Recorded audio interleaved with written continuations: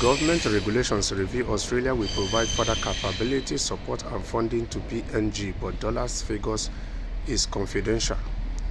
The Albanese government will strike a new funding deal with Papua New Guinea PNG to support asylum seekers after the country threatened to send them back to Australia unless a fresh agreement was signed.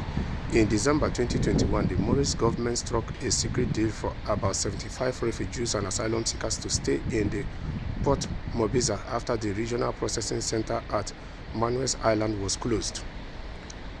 But when funding was fully spent in the first 6 months after the deal, PMG's chief migration officer Stanis Halbau accused Australia of abandoning them and threatening to shut the program and send the refugees back to Australia. So apparently it means that secretly Australia was already sending asylum seekers to a third world country already under the table. So if they are not having these money issues now, it will not be coming to limelight that Australia already has a third world country. It means that Australia has been doing this before the likes of Italy and UK even come to the reality of choosing a third world country to be processing or to be sending asylum seekers to process the asylums from there. So if they are not having these money issues now, we wouldn't have known. The Australian government has previously said it has no responsibility for the welfare of the asylum seekers and refugees is sent to PMG, most in 2013 and 2014. So it means that since 2013 and 14, Australia started this. Government regulations tabled on Tuesday reveal Australia will not provide further capability support and funding to PMG as its continued independent management and resolution to the residual caseload of people transferred to PMG prior to 1st of January 2022. PMG is establishing a sustainable settlement framework to support the residential caseload integrate into the PMG community, either permanently or temporarily, pending other durable migration outcome, the explanatory statement said. So what does it mean? This is going to be causing a whole lot of tensions between Australia and Papua New Guinea. The amount of funding in the original and the new deal is confidential. The statement is said because the government claims disclosure could cause significant damage to the Australian PMG bilateral relationship.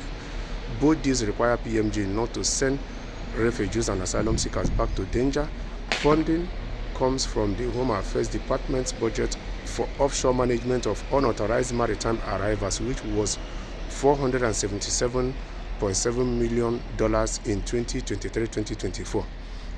So this is to say that it is high time the imperialists, the globalists, started giving some of these third world countries their economic freedom for them to put their house in order. That is why you see that most of the developing countries are buying the idea of the BRICS to de-dollarize or to have a multipolar world. Because by the de-dollarization agenda, if it's fully achieved, most of these developing countries will have their economic freedom.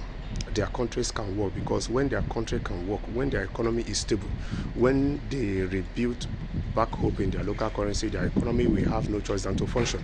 And when their economy is functioning, you will see that the numbers of migrants that are coming or leaving their countries to seek for a better life will reduce drastically. That is just the case, because there's no place like home.